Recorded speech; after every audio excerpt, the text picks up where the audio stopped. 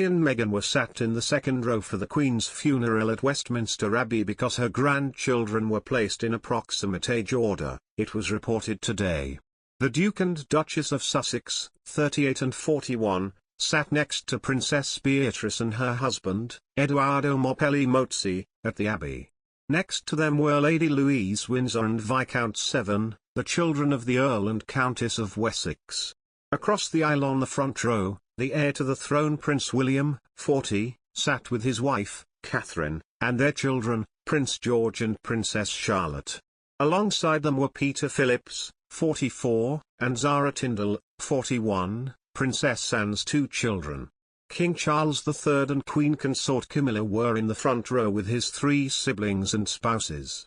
Despite some suggestions the Sussexes had been slighted, this meant Harry was behind his father and closer to the coffin.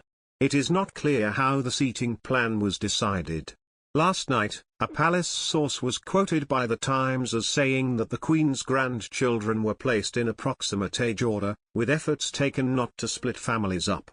Meghan's spot behind Tim Lawrence, Princess Anne's husband and one of the tallest members of the royal family, meant she was sometimes hidden from view. A large church candle also stood between her and the TV cameras, while her wide-brimmed hat made it even more difficult for fans to see her. The Duchess may have been happy to keep a low profile after a number of interviews in recent months in which she has been highly critical of the royal family. Despite the criticisms, she has praised the Queen and revealed in an interview with US chat show host Oprah Winfrey last year that the monarch had always shown her kindness. "The Queen has always been wonderful to me," she said. "I just really loved being in her company. She's always been warm and inviting and really welcoming." She may have been reflecting on that yesterday when she was seen to wipe away a tear as the British monarch's coffin was taken from the Abbey. The Sussexes stayed in the UK last night after reuniting with the royals to mourn the Queen but are expected to leave for California as soon as they can after not seeing Archie and Lilibet for nearly 3 weeks. They arrived in Britain on September 3 for the first time since the Queen's Platinum Jubilee in June. They expected to stay only briefly, but with the news Her Majesty was ill, Prince Harry cancelled his appearance at the Well Child Awards in London and rushed to Balmoral.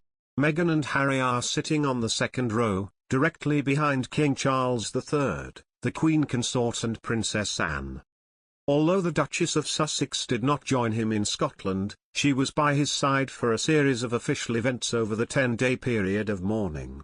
Harry was prevented from wearing his military uniform or saluting as the Queen's coffin passed the cenotaph during the procession before the service due to no longer being a senior royal.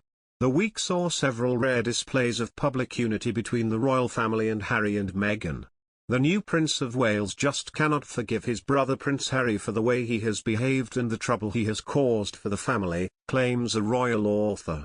While William and Harry did put on a united front at Windsor Castle last weekend to greet well-wishers following the death of the Queen, it is reported that there remains a serious rift between the once close brothers.